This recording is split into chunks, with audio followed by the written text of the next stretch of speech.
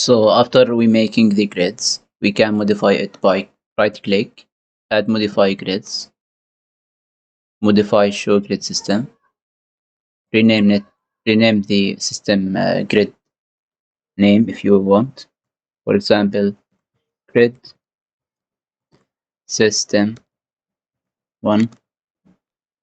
We have ordinate and spacing. If you want to display as ordinate, you can see the ordinate of x grid data ABCD, alphabetic ABCD, and Y grid data 1 up to 5. For X ordinate for the X grid data, you can see it and you can change it if you want. But the simplest way is to go to spacing, display grid data as spacing. So you can see for A, the X spacing is 5 meter, which means 5 meter from A and B. You can change it, for example, 4, and this 6, and between C and D, 8.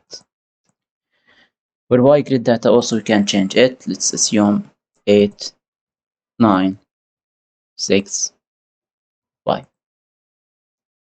You can change the color of the grids as you want, the bubble size.